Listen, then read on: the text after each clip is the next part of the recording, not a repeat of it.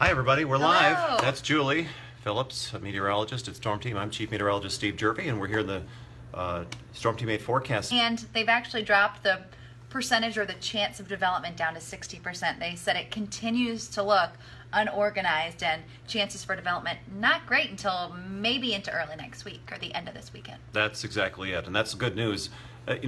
This has never been a tropical depression, a tropical storm, anything like that, but it is an area of interest, and anything in the tropics that is a large area of low pressure moving toward the state of Florida, we're obviously very interested in. But this is fairly good news. They've been in with a hurricane hunter aircraft here today, so that's why that they put this new advisory out to say, hey, we're down, we think 60% chance over 5 days. Still has the potential, but in fact they said it was, and this is important, less organized than it was 24 hours ago, so that's good. Yeah, so less organized, and here's the two areas watching. Of course, we've been watching Invest 99L, even though this isn't an organized system, just because of the potential for some Florida impacts. Tropical storm Gaston is, well, it's still out there, but it's going to be what we refer to as a fish storm. So right, and that's not too worried about it. Yeah, that's the current setup with that, so we're not worried about Gaston, but it's like 60% chance there for development. That's the new number over a 5-day period.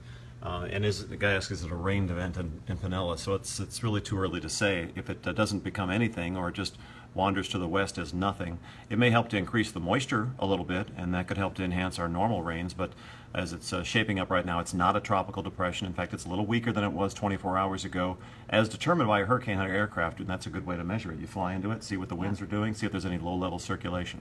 And they actually did 2 trips today, one this morning and one this afternoon out of Tampa. So both trips, they didn't find much. Yep, that's very good news. Probably the figure the center, and it was really hard to find. There might have been a couple of centers, but the one we saw was on visible satellite, probably right about there. There's Port-au-Prince in Haiti.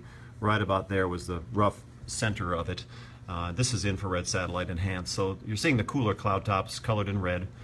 There's thunderstorms certainly, mostly around the southern side of it, although kind of in the general area of the low pressure. It's a big area of low pressure. Right, and Wanda just asked, I think we'll reorganize, but it was never organized. This was always just an area we were watching. It's just a cluster of a 60% chance of organization. Still decent chances, but right. Lower than it was yesterday. So, but don't let your guard down. Just stay tuned on this, as you have been throughout this entire time period, and we haven't been telling you crazy things about it or anything. We just don't know. It's hard for the computer models to initialize and say, okay, here's a tropical depression, here's a tropical storm.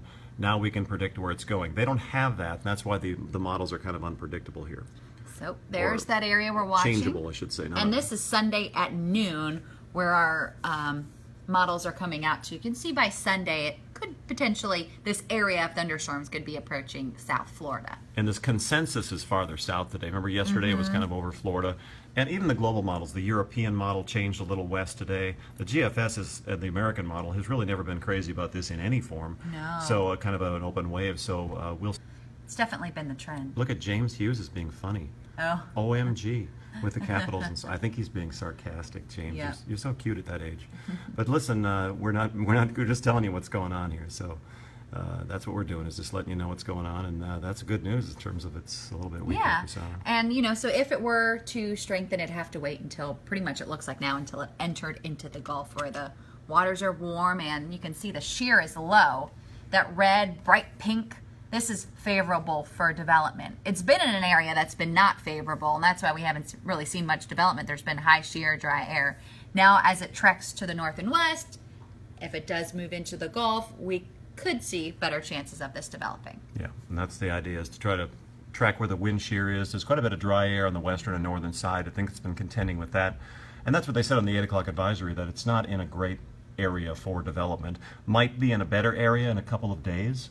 That's why we need to kind of keep an eye to see if there'll be any continued development. Just watch the broad area of low pressure as it moves to the west. Tropics are very mysterious, they're very difficult to forecast on, and I think this is a good example. And as we know, this has never really been a named storm yet, but it's just something we'll continue to watch as it moves west. And a lot of people are mentioning Labor Day weekend. This was never really something that we ever expected to impact Labor Day weekend.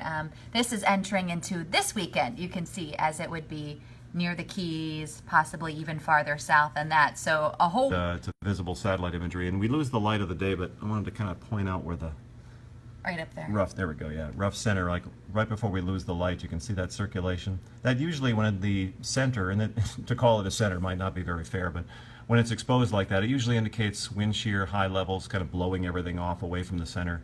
And then I A mentioned lot of folks asking if we'll get the backside of the storm. Remember, there's no actual organized storm yet. This is just an area of investigation. So could we see some deeper moisture brought in by this weekend? A lot of things are still possible, but there's no organized tropical cyclone yet. It's just an area of investigation. Are you seeing any interesting comments or questions in there, Steve? people actually are really responsible in just saying, hey, yeah, we'll keep an eye on it. And that's all you really can do. And then I think they get the fact that this is a very difficult thing to try to.